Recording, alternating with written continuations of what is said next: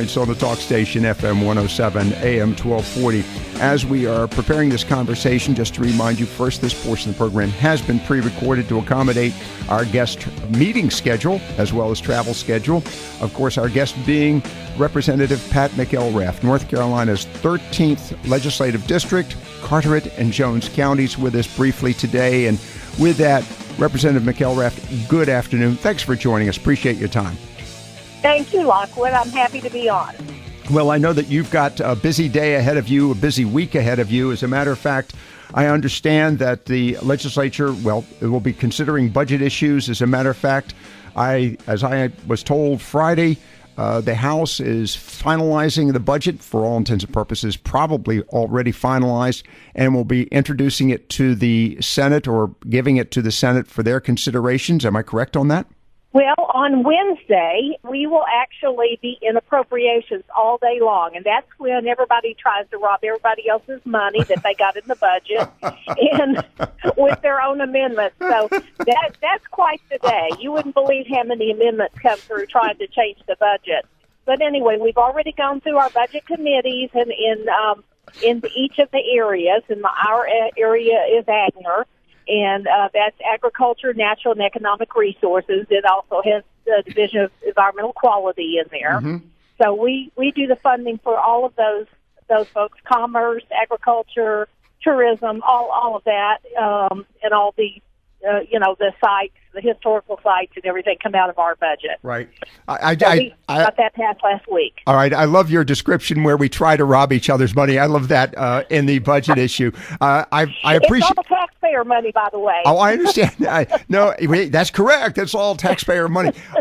I think that's. I commend you on your candor and your humor in that regard, Representative Pat McElraft. I've been chortling over here in the corner while you were sharing more information with us a few moments ago.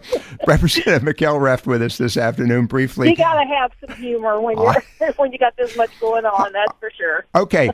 Well, look, you'll be in the midst of appropriations, and on Wednesday, there are other things going to be taking place in Raleigh. I'm sure that you're going to take a holiday from your activities and go down there for a day of action. You've got the North Carolina Association of Educators that are planning to be in Raleigh. I've got to bring this up, and then we'll get back to the issue of the budget here in a moment. Well, it quite frankly applies to the budget.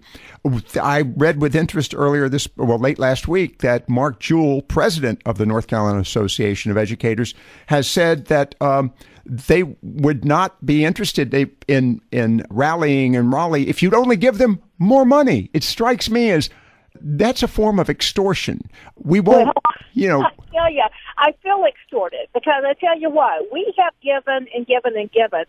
We have increased spending for teachers and education more than any other legislature that I've been involved with, in the minority when the Democrats were in charge, mm-hmm. and here. We have done more for teachers and education than they ever did. In fact, Purdue used to borrow from the rainy day fund in order to balance the budget, and took away and made all the schools revert, the community colleges and all revert money every year. We have done more as Republicans for education than any other previous legislature that I've been involved with here, in the General Assembly under Democrats and Republicans. So I do call that extortion, if that's his attitude. And, we have highway patrolmen that we're trying to get up to the par of even local police departments, and don't have the money to do that because we have funded extra money for teachers. So don't say that we haven't done enough for teachers, because we absolutely are doing everything we can. We spend, I think, 2/3 of our budget is spent on the education. Well, so I'm just really appalled that he would say that. Well, the other aspect of this, and of course you mentioned this last week when we chatted briefly with you, and that of course is you will be in the midst of appropriations, and of course the educators are coming through to if you will, lobby you, but you've got responsibilities that day. This is already predetermined. This is already on the calendar, as I understand it. So the timing on this relative to the teachers paying a visit, and I'm just going to go ahead and make this comment. I'm confident that teachers are going to say, you didn't bother to talk with them, but you have a commitment on Wednesday, as you said a few moments ago, humorously, but also seriously. That's where a lot of the focus, attention, and yes, horse trading takes place on the issue of how taxpayer money is used. And that's, of course, according to the House budget. Am I correct on those descriptions right now? That's exactly right. You know, it's the opportunity that we allow everyone that's on the appropriations team, you know, whether you're on the education committee or whatever, you then have an input into the budget for your local area, for the state of North Carolina. You have your influence in this committee. You put amendments in. If your amendment passes, then that goes into the budget. It's a very important day. It's an all-day thing. We already had it on the schedule a long time before the teachers decided they were going to come on May the 1st. By the way, I commend our schools for not shutting down. Right. I commend all the teachers that are staying to teach the children today. Our children in eastern North Carolina have gone through missing school and missing their educational process for months now because of the storm, because of Hurricane Florence. And then for teachers to have the audacity to come up here and protest when they should be teaching those children that are already behind, I'm just not real happy about that. And by the way, speaking of that, I did see in the paper this weekend that the legislature is going to consider a prohibition for events such as this coming Wednesday in Raleigh, where local school boards, in some instances, willingly, in other instances, arguably, were intimidated into shutting down to accommodate these teachers to attend this rally in Raleigh, a day of action. Others of us, myself included, would call this a strike. I think the legislature, as I understand it, is considering, and you may or may not have details on this, but I think it's worthwhile as a taxpayer, the fact that our school systems would even consider closing down in light of the fact that we've had such a challenge over the past year, just meeting all the requirements, the mandate for 185 school days. I think that the legislature, and do you have any knowledge of this? I think the legislature's on target for establishing a standard by which the events such as this weekend will not be accommodated. Well, I haven't heard about that, but I'm very interested in that because that's the way it should be. If you want to be a teacher, you should be there teaching your children. If you want to be a highway patrolman, you should be on the job being a highway patrolman. Protesting is one thing, ticketing and all day long when you close down the job that you're doing is a total other thing. And I am just not happy about that as a state legislator and as a taxpayer that's paying their salaries. And I, again, commend those teachers that have stayed and done the right thing. I truly do. And the school systems that have not shut down. You can tell I'm not real happy with this protest situation here. As a taxpayer, I'm not all that enthusiastic either, whether it's my local school system or state school system, because our taxes are general and used for education statewide, of course, specifically for our local communities, but that's through local taxing authority. But I think relative to the state issue, I commend you on your observations. Pat McElraft with us, Representative Pat McElraft with us just for a few more moments. Pat, let's go back to the issue of the budget. Obviously, you're looking at the amount has already been predetermined as to what was the goal for expenditures for this biennium. The issue of the events this coming, tomorrow and to Wednesday, of course, as you finalize and get into the appropriations.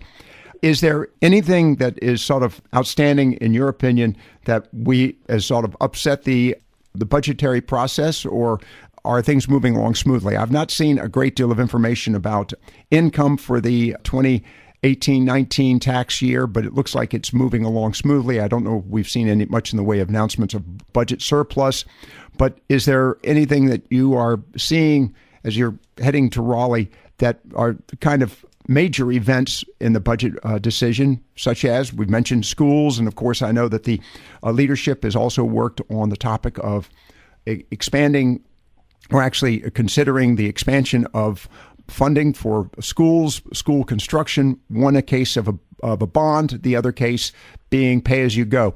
How is that working out related to the budget? Well, I think that the majority of the House looking at the bond, and the Senate wants it pay-as-you-go. And I'm kind of in the middle of that. I wish that we could do pay-as-you-go because I think that's the more appropriate way, and I think that we can afford to do that.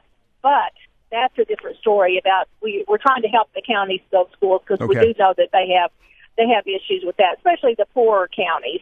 But anyway, as far as the budget goes, we did have a small surplus this year. Of course, this is the first year that our last tax decrease triggers, and we can, we're seeing a little bit less money than you normally would. After a couple of years from now, we'll start seeing more because of the tax breaks. We'll start having more businesses generating revenue and taxing on that.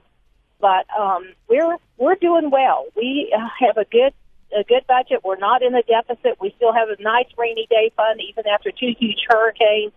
And can you even imagine what kind of state this would be right now if we did not have that rainy day fund? We did not under the Democrats. We had maybe $100 million, and that was always robbed every year. Under the previous administrations, particularly the Democrats, not only did we not have surpluses, but we had significant federal debt. So we're out of federal debt. We're off the balance sheet for the federal government, which is very nice. And as you pointed out, just the fact that we have a surplus is a continuing surprise and a pleasant one at that.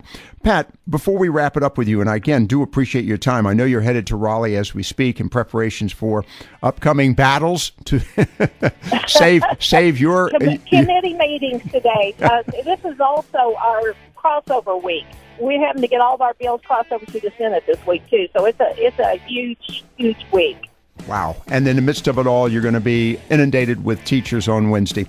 I wanted to say one thing on that. Sure. I'm going to have a sign on my door. My LA and RA are off this week, so I'll have a sign on my door that I think we'll have a break between 12 and 12:30, and I'll be happy to meet with teachers at that time in my office. But that's the only place that I'll be able to go because of my prior commitment. Understood fully. As always, Pat, and I do thank you for your time. Pat McElraft with us this afternoon. She is, this portion's been pre-recorded. She's on her way to committee meetings in Raleigh. Pat, safe travels. Thanks for your time. Thank you, Lockwood. I appreciate it. Viewpoints on the talk station, FM 107, AM 1240.